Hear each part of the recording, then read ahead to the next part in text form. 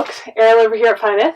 It is that season of the year where I am for sure running my wood stove, and it is cold outside, and now we're in November. It has been here for several months. We got our first snow in September this year, but in your area it may be finally getting cold as well, at least if you're in the kind of place that ever gets cold, and I know some of you are not. But because we are into, hi, I love you, baby, I do. Because we are into that season of the year, I wanted to just mention a few things about safety, both because a bunch of you guys who are concerned about me ask me about these things, and I've kind of covered them in some other videos, but not had one dedicated solely just to this topic, and in case you heat with wood or propane or any of those things, so that we can all stay safe this year. So, here we go. I do heat with wood stove. That is my primary heating source. I also have a little propane heater. It's over here right outside of the camera. I just use that if I have to be gone for a long time, like more than a whole day at a time. My house is very well insulated. It holds the heat really well, but if I do need to be gone longer than a day with a wood stove that small, the wood heat would burn out when it's way below zero. The house would freeze. So on those occasions, I can use the propane heat as my backup. I don't do that very often through the year. But both of those things come with their own safety considerations. So, here we go. First one while we're right here is cleaning the chimney. That is something I get asked about regularly. I have a whole video about how I do that, but yes, I do. I clean it regularly, usually actually about once a month, which is more often than most people. Most people do more like once a year. But having a clean chimney so you do not get a chimney fire, especially if you have a flammable roof. Mine is not. It is metal, so my roof could not ignite even if I did get a chimney fire. But keeping your chimney clean is important and something I do very regularly. Next thing, and not specific, of course, to how you heat, but definitely important when you heat with things that involve live flames, is exits. You probably all know my main door is behind the camera there, where I can go out, but should there be a fire between me and the main door, and of course that is only like 20 feet away, but should there be a fire in between there, this whole window is an egress window. It is a little bigger and wider than all of my other windows, and I can easily get out there. There's no big drop. It's only like 3.5 feet down to the top of my planter, so I could easily just step out the window and get out there should I need to. There's actually a third exit, even in my house being only 160 square feet, about 220 if you count the loft. I have 3 ways I can get out of the house, and that doesn't include the fact that I actually could physically crawl out any of my other windows. But these are the ones specifically designed to be ways to get out of the house. My third route out is should I be sleeping up here in my very cozy little loft. This is also an egress window. All the egress windows, I don't know if you can see down here, I can actually pull the hand off, are marked with bright red handles. So even if you didn't know this, that should be a clue. At least in the States, bright red is usually used to mark exit signs. And again, even though this is higher from the loft, there's actually one of my little propane tanks right down there. I could, without having to jump at all, that's why I don't have a ladder, I can step from this window onto that, onto the planter, onto the ground. And Burley could jump into my arms. I left him down from the loft anyway, so we could both get out, even if there was a fire or emergency, when we are sleeping upstairs in the loft.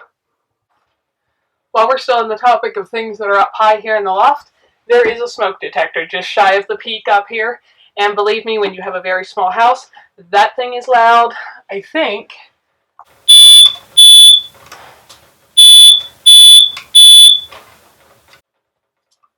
There we go. As you can hear, even on the camera, there's no way you're going to sleep through that in a tiny house. So there is a smoke detector, and thankfully I've never needed any of this stuff, but let's go to the next thing. Next, I also have a carbon monoxide and propane detector here plugged into my wall, right behind my fur boots. The carbon monoxide is definitely a good thing to be aware of no matter how you heat in the winter, especially in a small space, because there is only so much air. And so if something is using up all your available oxygen, that can happen kind of quickly.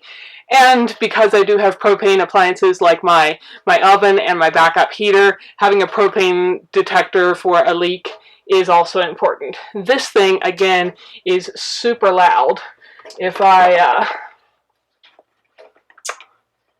and all of these things, like The smoke detector is just on a battery, and it will go off if the battery is dead. That's pretty standard, or dying, so that you don't accidentally not have it working. This is plugged into the wall, but it also has a battery backup if the power should be out. But this is also super loud. I'm actually going to let Burley out because he does not like if I test these things. It's so shrill. It hurts my ears. I'm sure it hurts his doggy ears.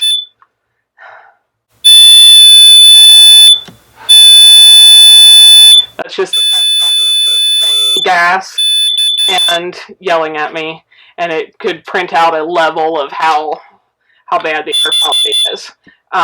That's all just a test.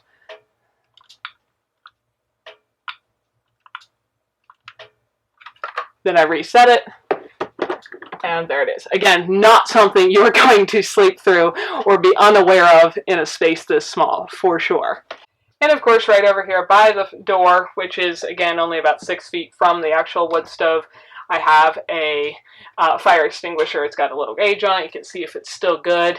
Got this at that end of the house. Got 20 feet away, I've got water at the other end, so multiple ways to deal with a fire. Of course, if you had a grease fire, water is not what you want to put on it, but fire extinguishing capabilities available within like a single stride of anywhere in the house. And then back to the fireplace, where, as you can tell, it's warm in here. People are always concerned about me being warm and cozy enough. Man, I got 3 windows open right now. It did warm up some today. The highs this afternoon is something like in the 20s. We've been below 0 for a bunch, so that feels significantly warmer. That's Fahrenheit. But staying warm is not an issue. And on that note, whether you're heating with wood, or if you have a baseboard heater, or a little electric radiant heater, or whatever, make sure there's nothing flammable around it. My whole wood stove is surrounded by hard tile, even though that looks like wood. It is not wood. That is tile, non-flammable. This is steel. This is non-flammable. It is outset from everything, so air can circulate behind it. So even with that wood stove cranking out heat, where holding my head right there is almost too hot, and I'm actually a bit sweaty sitting here beside it, you know, this wood wall behind it is barely warm to the touch because that heat shield is protecting it. And if you were going to ask, that is a cool little non-electric fan. Look at my video about that if you're interested. But there's nothing flammable around here. There's no draperies that can fall into it. There's no, there's just nothing flammable that can get into the place. I know the camera angle doesn't look like much, but there's a decent amount of separation between the wood pile and that edge. And so make sure, whether you have a wood stove or not, make sure you're keeping your flammable stuff away from things. Houses burn down every year because somebody threw a blanket over the back of a couch onto a baseboard heater and eventually melted it, started to smolder, lit a fire, burned the house down. So just things to think about. I want everyone to be safe and warm and cozy through the cold time of the year, and that is the steps I personally have taken in my house to be safe when heating with wood and propane, and some things to think about no matter what your heat source is. So everyone stay safe and cozy and have a lovely day.